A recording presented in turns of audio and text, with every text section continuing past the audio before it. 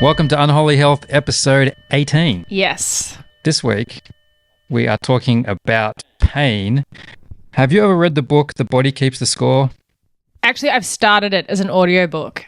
And like every book under the sun I start, I don't finish. Yeah.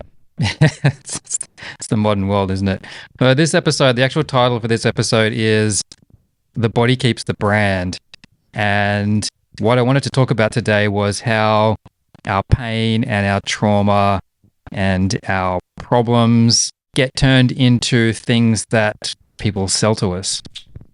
Yeah, that's actually a really good one.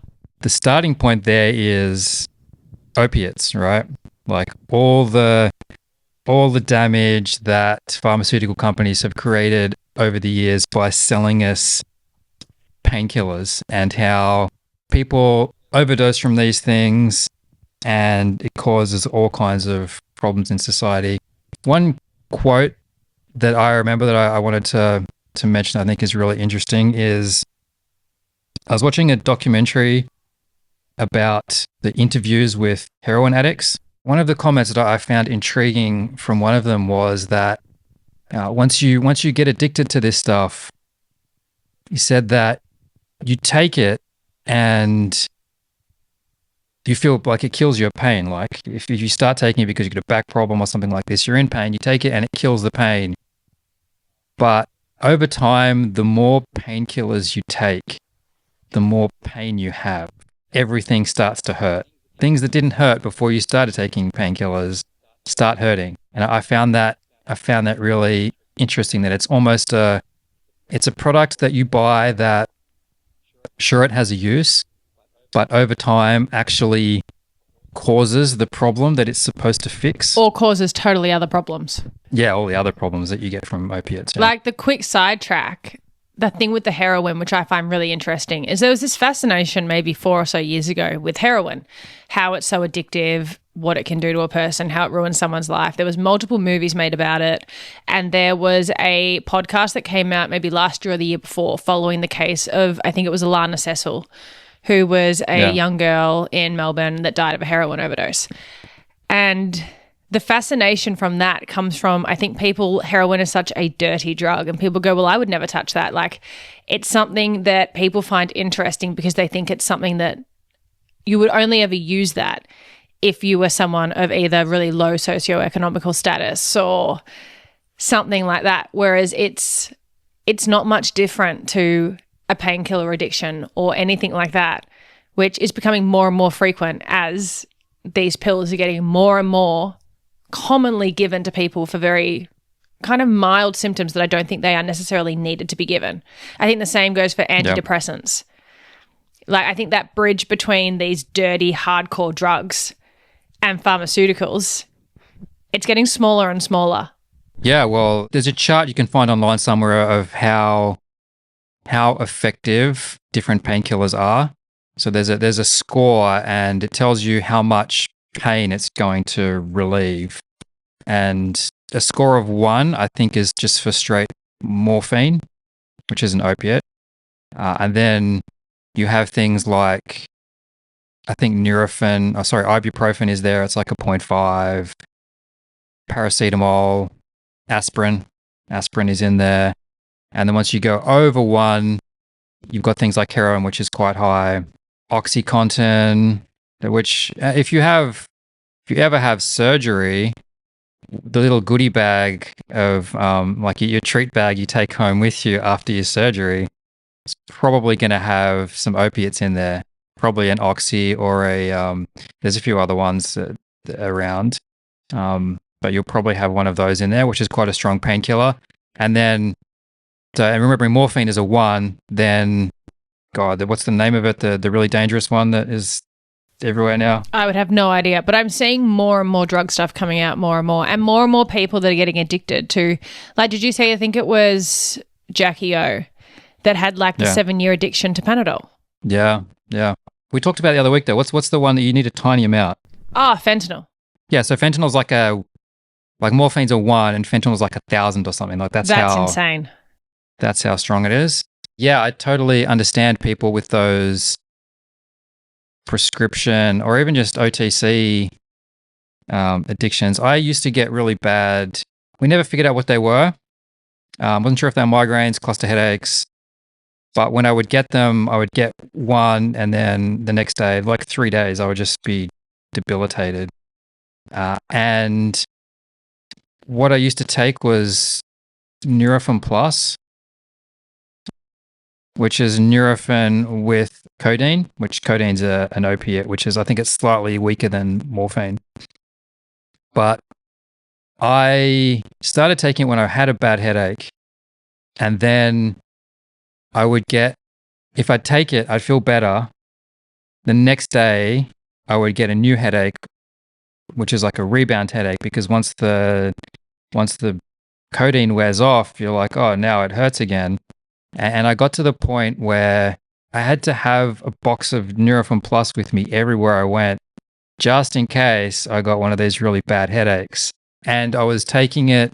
It wasn't super bad. I think in the end it would be twice a week.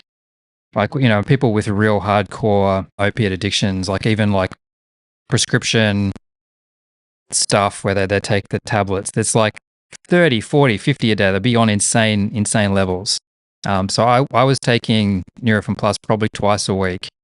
And I got to the point where I thought, this is a life sentence. And it went on, it was probably 6 months. I went to the doctor and they thought it was migraines. They gave me some like special migraine meds, which are not painkillers, but they're just for migraines. It's called Imigran, I think. And that shit didn't work. So in the end, I just had to bite the bullet. I just went cold turkey, and I basically just had a headache for about 4 weeks. Just nonstop. Just this, and life just sucked. I just had this constant headache for 4 weeks, and then eventually it went away. And I also had my deviated septum fixed, so I think that fixing my sinus has probably helped. But now I might get a bad headache every few months, and whether I need to take anything for it is probably a 50-50. And I would never take Nurofen. I mean, you can't even get it anymore, but I would never take an opiate for a headache.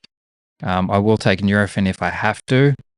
But yeah, it's opiates is dangerous shit. I think, like you were saying, though, how it was a life sentence. Most people wouldn't recognize that or care. If it dulled the pain and it made life better, they would rather that than the 4 weeks, like you said, of total hell.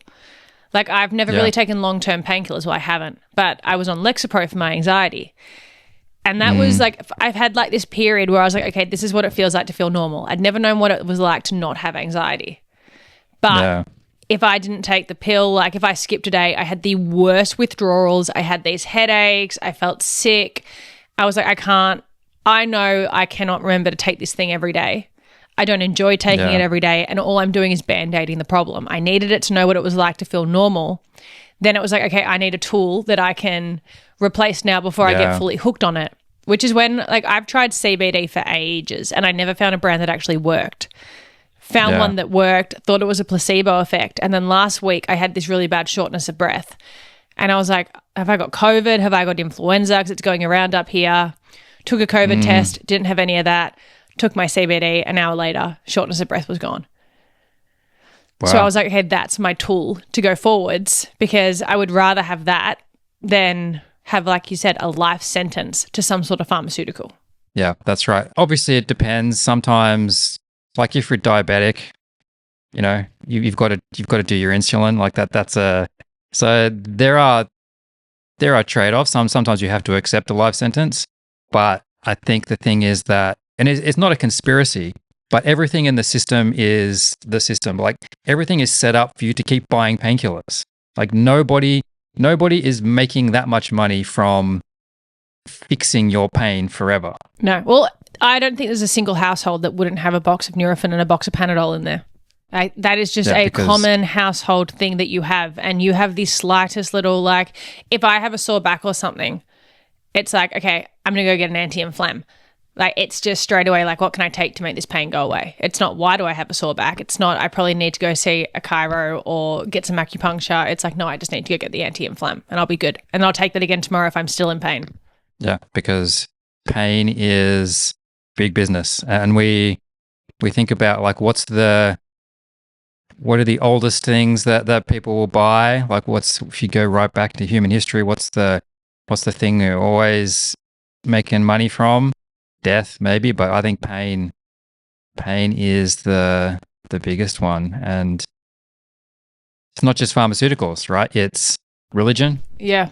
We turn to religion a lot of the time when we're suffering or in pain, or superstition, or crystals, or tarot card readings on TikTok, or all of these other things that we turn to when we're suffering, right? Yeah, I mean, I find the religion one really interesting because I'm not religious, not my side of my family is, but the other half of my family is hardcore, I think Christian, whatever the common one is. And that one's interesting because as much as they have someone to believe in and someone to get hope from and someone that's protecting them, they also have someone that is, if they do the wrong thing by their rules or their book, now they've sinned. And there's all that pain and that shame that's related to this thing that's meant to be positive.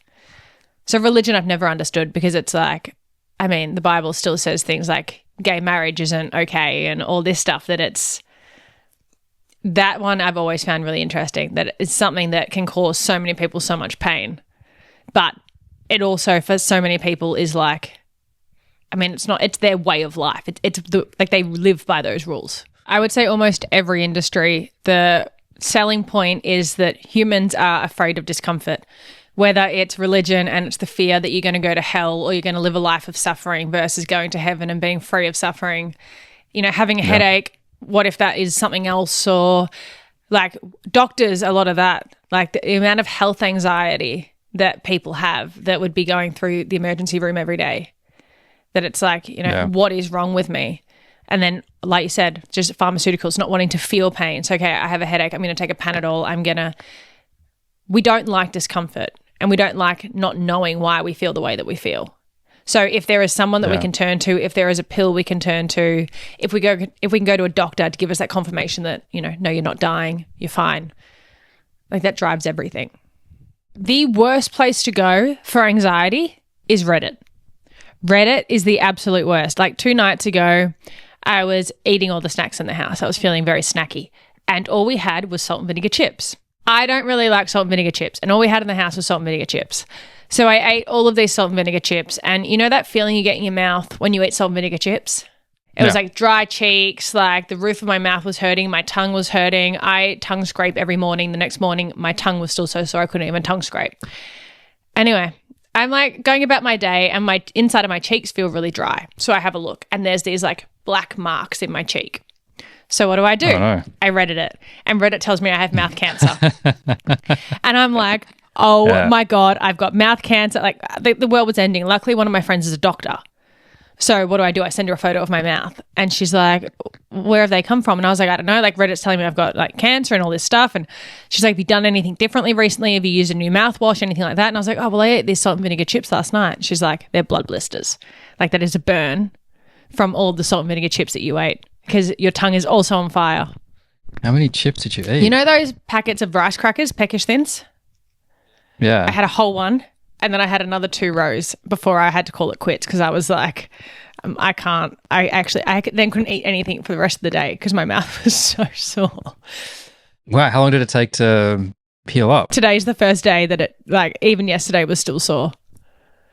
Wow. But like Reddit had convinced me that I had I genuinely believed I had mouth cancer. I'm glad you don't have mouth cancer. That would be. I've lived to see another day. Mouth cancer, I'm sure, must be horrible. But I'm glad it was just the chips. Yeah, but that's why, like, the amount of things that we convince ourselves are wrong with us. Like, that's just what every industry thrives off because we are so hardwired to want to live. Yes, I remember when I was a kid, I was probably about 9, and no permanent markers. Oh yeah. I was using a permanent marker and I could smell it. And then I stopped using it and I looked at what it says on the side of the permanent marker. It says like deliberate inhalation may be harmful or fatal. And I was convinced I was going to die. Yeah, that was it. So it's a horrendous feeling. Yeah, but that's why these industries work. Like if it wasn't possible for them to kind of scare us so much, it wouldn't work. Like if we take Panadol because we don't want to be in pain, we take antidepressants because we don't want to have anxiety and we don't want to feel that pain of being anxious about being anxious. Like, that is how all of these things work. It just relies on fear. Religion relies on fear that you won't get into heaven. And now we all rely so much on these things to remove all our pain that we have to curate deliberate pain. Like why do we go and sit in an ice bath? Yeah, well, that's the other thing. Now the biggest health trend is putting our body in uncomfortable situations, whether it's cryotherapy, ice baths, running a marathon, because that actually makes us healthier and stronger when all we've done is try to avoid pain for as long as possible. Yeah. Like half of the wellness things that we do is so that we don't feel pain. We take supplements so that we don't feel pain. We get massages so we don't feel pain. I have all these green juices and smoothies to heal my gut so I don't have tummy pain. Then what am I going to go do? I'm going to go put myself in pain. But that is also why I don't believe in ice baths. I can't do them. I think they're a scam. No one can convince me. Like, I do think we have gotten to the point in wellness where it's like we've run out of things to make us feel good. So let's now do things to make us feel bad. And we're going to convince ourselves that that's a good thing to do. Yeah, well, let's all spend $10,000, fly to Costa Rica and do an ayahuasca retreat where you probably spend most of the time throwing up. Yeah, ayahuasca, that's another thing. I went through a phase I really wanted to do it. I was like, that's on my bucket list. And then I watched some podcast. Oh no, maybe it was an interview. I think it was Megan Fox. And she was like, yeah, I went to hell for 24 hours. And they were just like vomiting. And I was like, I don't actually want to do that. Some people sold it like you'd have some sort of spiritual awakening. And I was like, that sounds fun. And then some people are like, no, you just have like the worst trip of your life and vomit for 24 hours straight. I was like, that's horrible. No, thanks. Yeah, yeah. You know, how long before somebody invents a therapy where, I don't know, you walk into a room and you get beat up?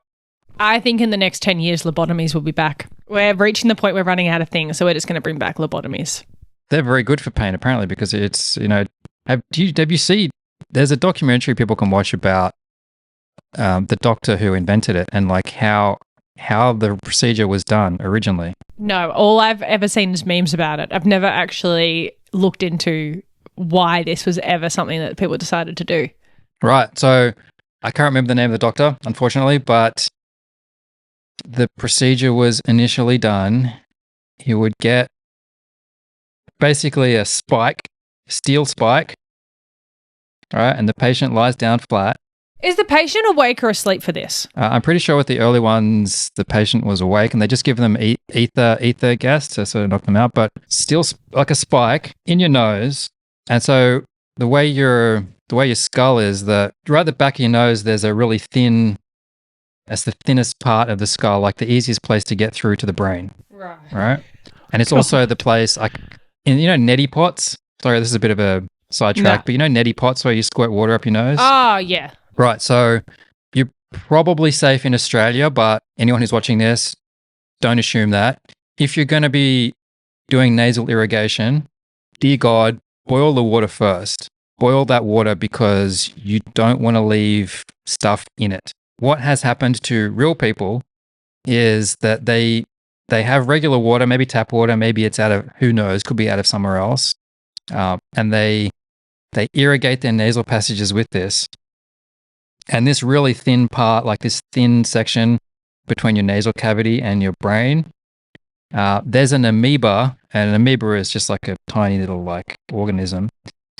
There's an amoeba, I believe it's called acanthobacter.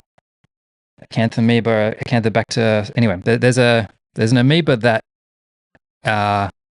eats brain, and it doesn't know it's a brain, like it eats that sort of tissue, and people irrigate their nose with this water that's got this amoeba in it, and it starts eating that lining between your nasal cavity and your brain, and it gets through and it just starts eating your brain and you die. Like, anyway. I don't know how you sleep at night. If I had all of the information in my mind that you just seem to have, I would sit there thinking about it for hours on end. I would just never sleep. It's like a never-ending horror movie that I can't escape. I have two favorite TV shows ever. One of them is I Shouldn't Be Alive, which if anyone's never watched it, that's great. And the other one is called Monsters Inside Me, and it's all about this sort of stuff where like somebody there's one where a guy drops his contact lens on the ground, he puts it back in his eye, and then his eye gets eaten basically by it's foul. Yeah, so there's this brain-eating amoeba, and yeah, it gets in there, and you're dead. Like you're gone. Once it's in there, that's it. You're over. So that's horrifying, and that's on that TV show as well. But anyway, going back to the point is that there's a thin part between your nasal cavity and your brain. So when lobotomies were first done, it was a spike, and he put the spike in your nose. He'd have a hammer, and he'd smash the hammer, get the spike into the brain. The spike is in the brain, and then he just wiggle it back and forth. So you've got this. This is at the prefrontal cortex. You've got this front part of your brain, right, which is all about like speech and like your sort of your cognitive, like your I'm here and I'm aware. That's that part of the brain, and basically just smash the fuck out of it, and then let the patient recover, and then the patients are like happy because they're fucking vegetables, right? And there's this is nuts. There's a fairly, it's not a mass, like there is definitely a correlation between intelligence and depression, right? Like, and like I was talking about with Garden of Eden, that once you're aware of your existence, you can suffer with it.